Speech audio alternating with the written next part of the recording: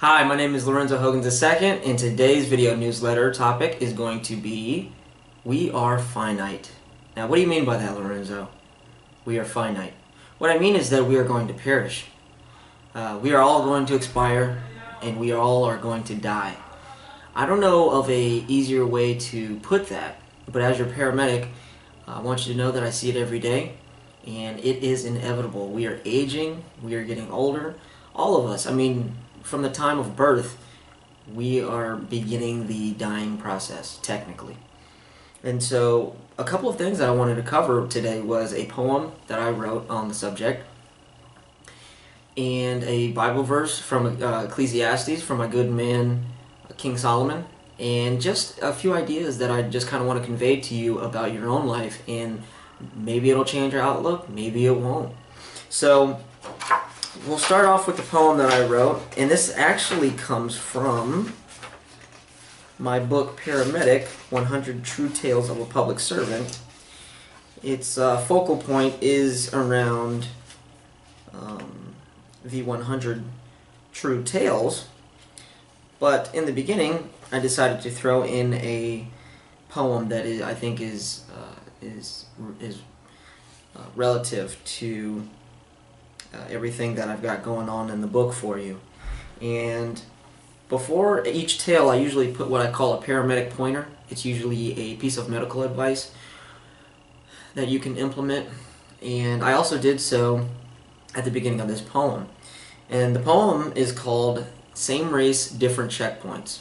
So we'll begin with the paramedic pointer, and what I tell the reader is, don't waste your time with presumptuousness and pride.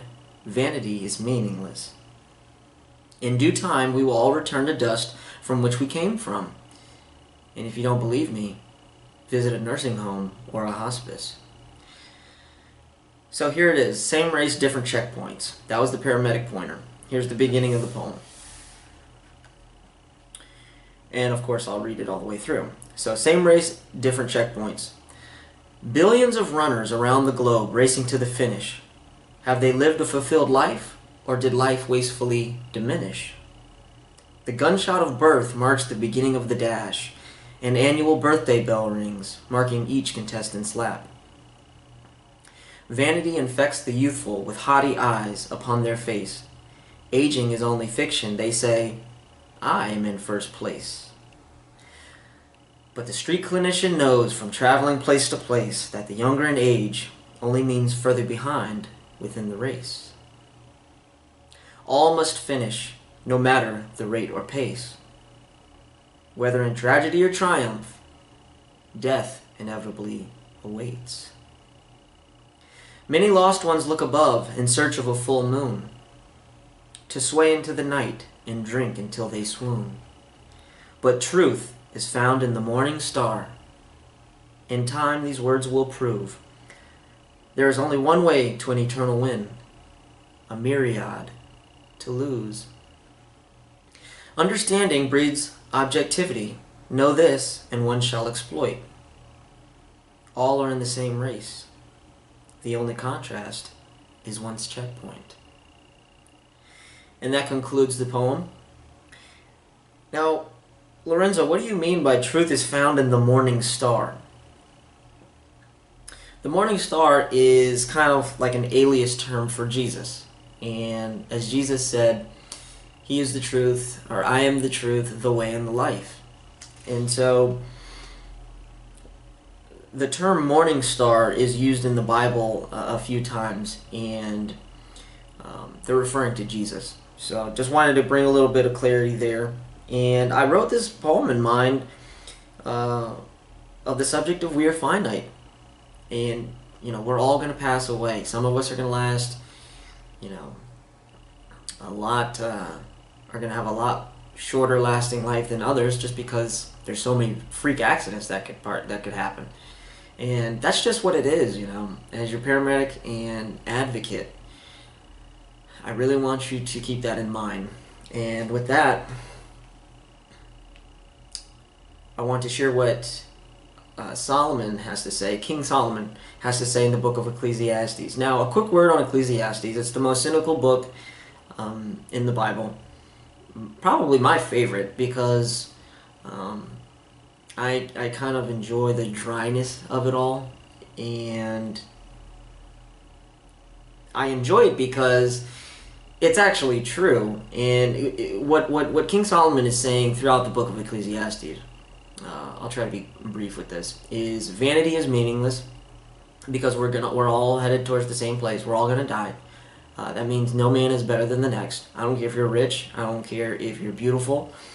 I mean, even the Bible even says beauty is fleeting, and so is money. I mean, yeah, you can pass it along, but you can't take it with you. So, if you're hustling and trying to get rich, just keep in mind, there's nothing wrong with it. That's a beautiful thing, and you should enjoy your life while you're here on earth. But just keep in mind that God is most important, and so that's why Ecclesiastes 12:1, King Solomon says, "Remember your Creator in the days of your youth, before the days of trouble come, and the years approach when you will say, I find no pleasure in them."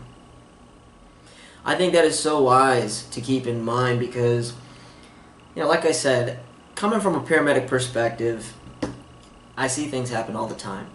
Hey, listen, we just had a guy less than a month ago who we defibrillated, or in other words, shocked, a total of about 11, 13 times. Now, fortunately, we got him back, but unfortunately, the guy's going to have to die twice now. But as far as being finite, that goes as far as being on earth. Your life will extend past that if you accept Jesus into your heart and you follow God's commands. And by the way, again, I want to say, don't be discouraged by the book of Ecclesiastes. King Solomon is just trying to be real, but he does say, and he does conclude in the very last verse of Ecclesiastes that, he says something along the lines of, all matters are concluded, it all has been said and done. Follow God and His commandments. That's what the purpose of life is. Because after all, God's the one who gave you life to begin with, right? So to kind of shed some light on how unpredictable life can be, I run vehicle accidents where people are, smushed on the road and there's no bringing them back. Calls where people have gotten shot in the head. People, just the other day, and this wasn't life, this wasn't a situation of death, but a good buddy of mine, he just had appendicitis. He just had to have his appendix removed. He didn't see that coming. And so, it just, I had a guy who, a few years back, he was just on the basketball court and died. He didn't expect that, as far as I know. I don't think anybody did. Another girl that I used to sit in English class with, she passed away. So, if you would have asked me back in my senior year of high school that would she be gone this soon, I would have said, no, there's no way. Unless some freak accident happened, and that's exactly what happened, a freak accident. So, just kind of prepare yourself, such is life, these things that occur, but just keep that in the back of your mind. Put God in your life, because we are all headed to the end. And enjoy life as much as you can while you're here on earth. Absolutely. I just don't want to condone the whole YOLO way of thinking. YOLO, you only live once, in other words. Because that kind of insinuates the idea of doing whatever you need to do to have instant joy. And I want you to be thinking about the long haul. I don't want you to be getting into massive amounts of debt to go get a Lamborghini and try to look cool. Okay, that's not what it's about. And that's a whole nother issue that I'm going to be talking about in another video. The book of Proverbs says that the borrower is slave to the lender. And so that gives us some insight on what God thinks about debt. Okay? But I won't go off on a tangent about that, but I just want you to kind of keep in mind that we are expiring, just like food on the shelf, that you see in the grocery store when you check the expiration date, or you've got something that you haven't used in the pantry for a while, you check that expiration date. We've all got one, okay? And it's all unknown to each of us, unfortunately. the boxes of food and stuff, at least you could look at it and be like, oh, yeah, no, this is going bad on this date.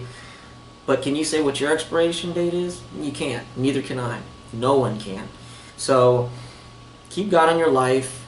Keep that in your back pocket, and it will serve you well, I promise. The other thing that I want to convey to you is the idea of just being comfortable in your own skin. Be who you are. People may think that you're weird if you act naturally, but a lot of people are walking around with masks on, and it's really actually pretty sad because you end up living a life that you're sitting there acting the whole time. And just keep in mind, when you act, it's hard. You have to keep up that act. So it's better not to begin acting to begin with. Okay? Hey guys, if you see a nice, young, classy woman, you've been half-stepping and pump-faking, about going to talk to her, get over there and talk to that girl, man. You got nothing to lose. The worst thing she can say is no. Alright? Females, anybody, if you've got a goal that you want to obtain, you've got a dream, strive for it. It doesn't make any sense not to. And if you're worried about being weird, don't worry. I've been called weird my entire life, by this person or the next. It doesn't matter. I am weird. I'm sure you're weird too in your own way. So we all have something unique to offer, and it's special.